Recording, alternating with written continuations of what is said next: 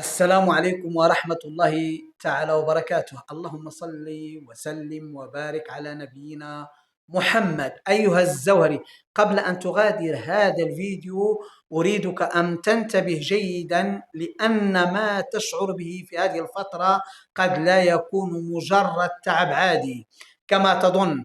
هناك لحظات تمر على الإنسان الزوهري يشعر فيها أن طاقته انخفضت، أن قلبه لم يعد كما كان، وأن أشياء كثيرة حوله تغيرت دون أن يعرف السبب الحقيقي. لكن السؤال المهم: هل هي مجرد مرحلة إرهاق، أم أن هناك إشارات داخلية تحاول لفت انتباهك إلى شيء أعمق؟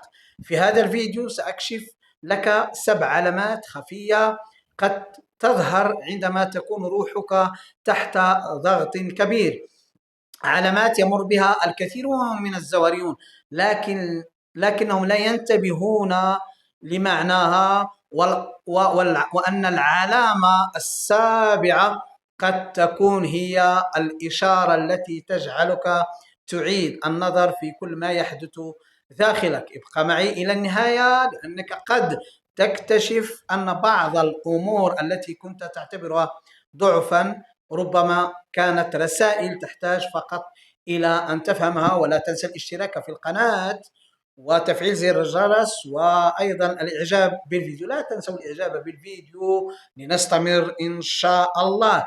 فيديوهاتنا لا تصل إلا من يعمل ضغط الفيديو، وأيضا مشترك في القناة وفعل زر التنبيهات. أيها الزوهري، هل مررت من قبل بلحظة استيقظت فيها وأنت تشعر أن هناك شيئا تغير بداخلك؟ جسدك موجود، لكن طاقتك ليست كما كانت. تبتسم أمام الآخرين، بينما في داخلك شعور لا يستطيع شرحه. قد تظن أن الأمر مجرد تعب، قلة نوم، أم ضغوط يومية، لكن أحيانا تكون هناك إشارات أعمق تدعوك لأن تنتبه لما يحدث في داخلك. هناك مرحلة يشعر فيها الإنسان الزوهري وكأنه فقد جزءا من حماسه، يصبح أكثر حساسية تجاه الكلام، يحتاج إلى العزلة أكثر من السابق، ويفكر كثيرا في أمور لم تكن تشغله من قبل. في هذا سنبدأ بفهم أول علامة من العلامات ال7 التي قد تشير إلى أن روحك تمر بمرحلة إرهاق وتحتاج إلى الاهتمام. العلامة الأولى: عندما تفقد الأشياء التي كانت تمنحك الطاقة. أيها الزوهري، أول علامة قد تكشف أن روحك تمر بمرحلة إرهاق هي شعور غريب لا يستطيع الكثيرون تفسيره.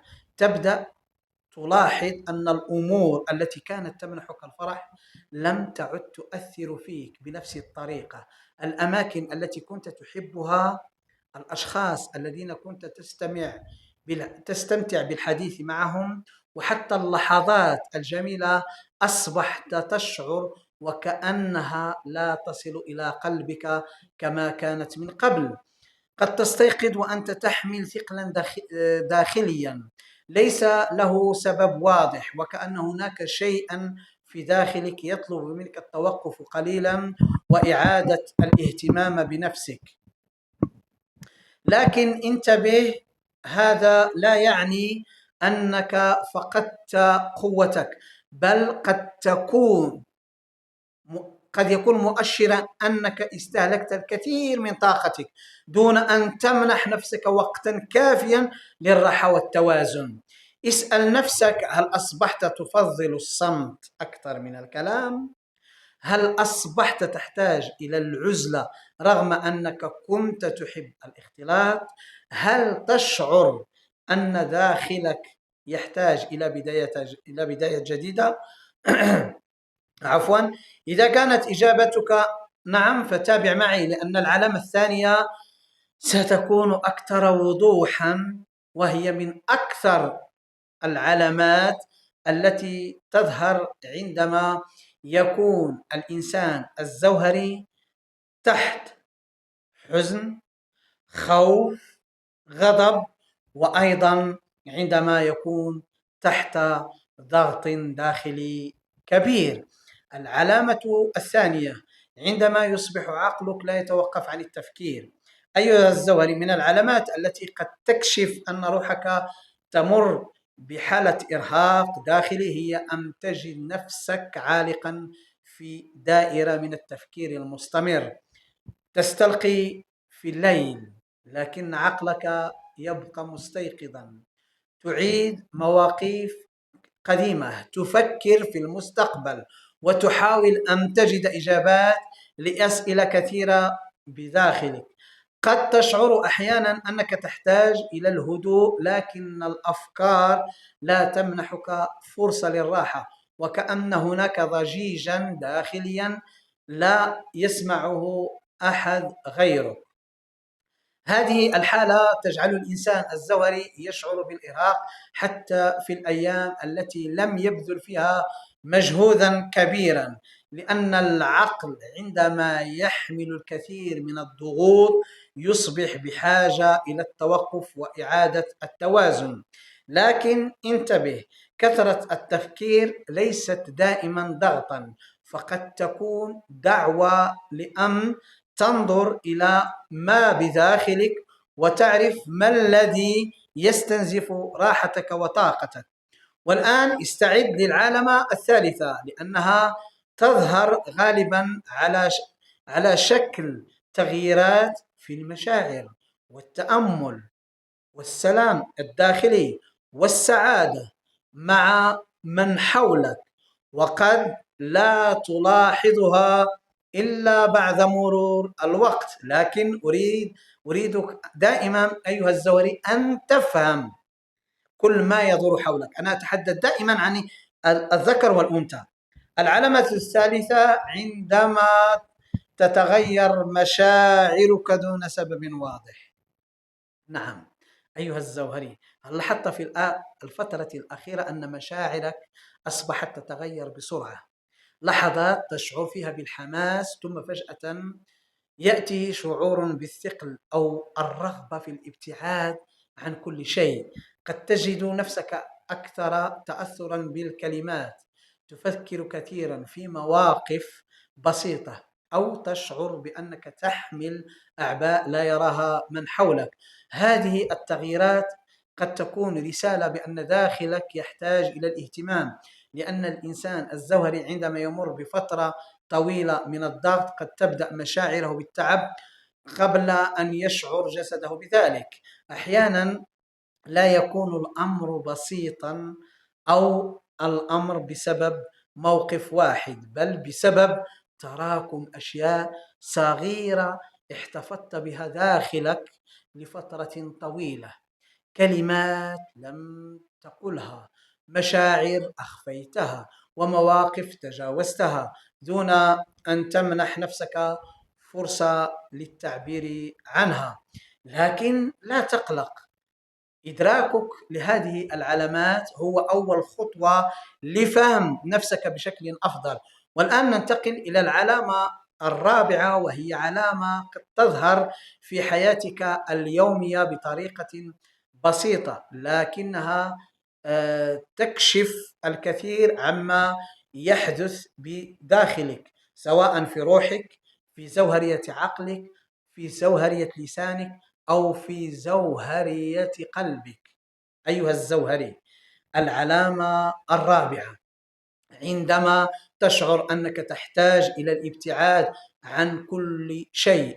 أيها الزوهري، هل وجدت نفسك في الفترة الأخيرة تبحث عن الهدوء أكثر من أي وقت مضى؟ هل أصبحت تشعر برغبة في الابتعاد قليلا عن الضوضاء، عن كثرة الكلام، وحتى عن بعض الأشخاص من حولك؟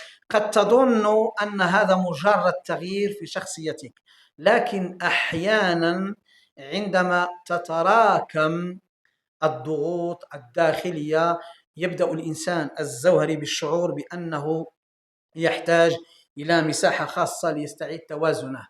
تجد نفسك تفضل الجلوس وحدك، تفكر في حياتك، تراجع اختياراتك، وتحاول فهم ما الذي يحدث بداخلك. لكن الفرق مهم. فهناك فرق بين العزلة التي تمنحك الراحة والعزلة التي تأتي بسبب الإرهاق الداخلي، ويستغلها الشيطان والجن في امتصاص طاقتك. إذا كنت تمر بهذه المرحلة فلا تتجاهلها. خذ وقتا للاستمتاع بلحظة جميلة في حياتك. خذ وقتا للاستماع إلى نفسك، لأن تتجاهل الإشارات الصغيرة قد يجعل التعب يتراكم أكثر. والآن سننتقل إلى العلامة الخامسة، وهي من العلامات التي تظهر في طريقة إحساسك بالأشياء من حولك، وقد تكشف أن داخلك يحتاج إلى استعادة الهدوء والطاقة. هذه العلامة الخامسة عندما تفقد شغفك بالأشياء التي كنت تحبها. أيها الزوهري، هناك علامة قد لا ينتبه لها الكثيرون، لكنها تكشف الكثير عما يحدث في الداخل، وهي أن تشعر بأن شغفك بالأشياء التي كانت تسعدك بدأ يقل. الأمور التي كنت تتحمس لها أصبحت عادية. الإنجازات التي كنت تفرح بها لم تعد تمنحك نفس الشعور. وحتى الخطط التي كنت تنتظرها بحماس أصبحت تحتاج منك مجهودا كبيرا فقط لتبدأ بها. قد تسأل نفسك: لماذا تغيرت؟ لماذا لم أعد أشعر بنفس الحماس السابق؟ أحيانا يكون السبب يعطي الكثير من طاقته دون أن يتوقف ليستعيدها، فيصبح داخله بحاجة إلى الراحة وليس إلى المزيد من الضغط. تذكر، فقدان الشغف لفترة لا يعني أنك فقدت قدرتك أو أنك لم تعد كما كنت، بل قد يكون تنبيها لك بأن وقت الاهتمام بنفسك قد حان. لكن هناك علامتان متبقيتان، والعلامة السادسة تحديدا قد تكون الأكثر ارتباطا بالشعور الداخلي الذي يصعب على الآخرين فهمه. فابقى معي. العلامة السادسة: عندما تشعر بثقل داخلي رغم أن كل شيء يبدو طبيعيا. أيها الزوهري، من أكثر العلامات التي تجعل الإنسان الزوهري يتساءل عما يحدث بداخله هو ذلك الشعور بالثقل الذي يأتي دون سبب واضح. قد تكون حياتك من الخارج تبدو عادية، تقوم بعملك، تتحدث مع الناس، تضحك أحيانا، لكن في داخلك هناك إحساس بأنك تحمل شيئا لا تستطيع وصفه. تشعر وكأن طاقتك تنخفض بسرعة، وكأن أبسط الأمور تحتاج منك مجهودا أكبر من المعتاد. هذا الشعور قد يكون إشارة بأنك تحتاج إلى التوقف قليلا، مراجعة ما يستهلك وقتك واهتمامك، ومنح نفسك لحظات من الهدوء والراحة. تذكر، ليس كل تعب يظهر على الجسد، فهناك إرهاق يشعر به الإنسان الزوهري في داخله قبل أن يلاحظه الآخرون.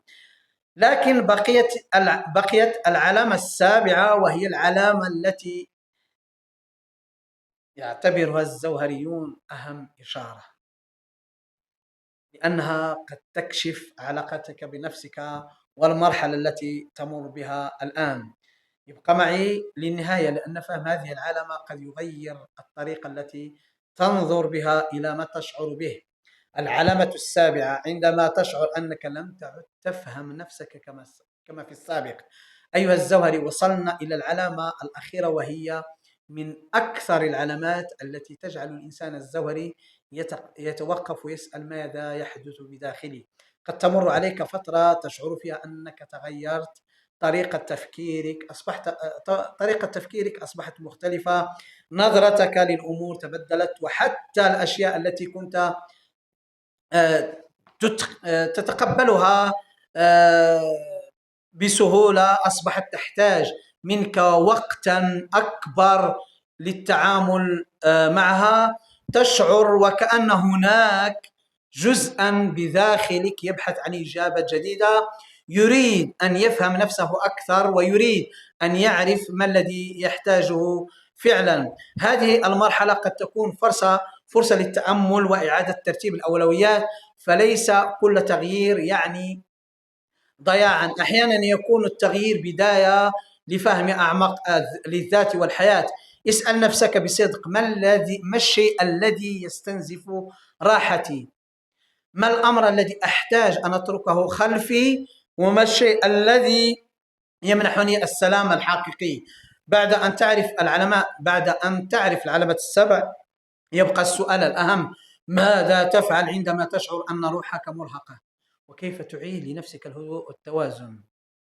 أيها الزوهري، رسالة إلى روحك: إذا وجدت نفسك في واحدة أو أكثر من هذه العلامات، فلا تتجاهل ما تشعر به ولا تضغط على نفسك أكثر مما تحتمل. أحيانا يحتاج الإنسان الزوهري فقط فقط فقط إلى لحظة هدوء، إلى أن يستمع إلى نفسه، أن يمنح قلبه الراحة، وأن يعيد ترتيب ما يأخذ من طاقته وما يمنحه السلام. تذكر: الاهتمام بنفسك ليس أنانية، والراحة ليست ضعفا، بل هي طريقة استعادة لتوازنك وقوتك الداخلية. خذ من هذا الفيديو رسالة واحدة: لا تهمل الإشارات الصغيرة التي تظهر بداخلك ولا العلامات، لأنها قد تكون دعوة للتوقف، للتأمل والبدء من جديد بطاقة أكثر هدوءا ووعيا. إذا شعرت أن هذه الكلمات لمست شيئا بداخلك، بالله عليك اكتب في التعليقات: أنا أستمع إلى نفسي. ولا تنسى الاشتراك في القناة كما قلنا، وتفعيل زر التنبيهات ليصلك كل جديد. نلتقي في فيديو قادم بإذن الله. دمتم في راحة وطمأنينة وسلام.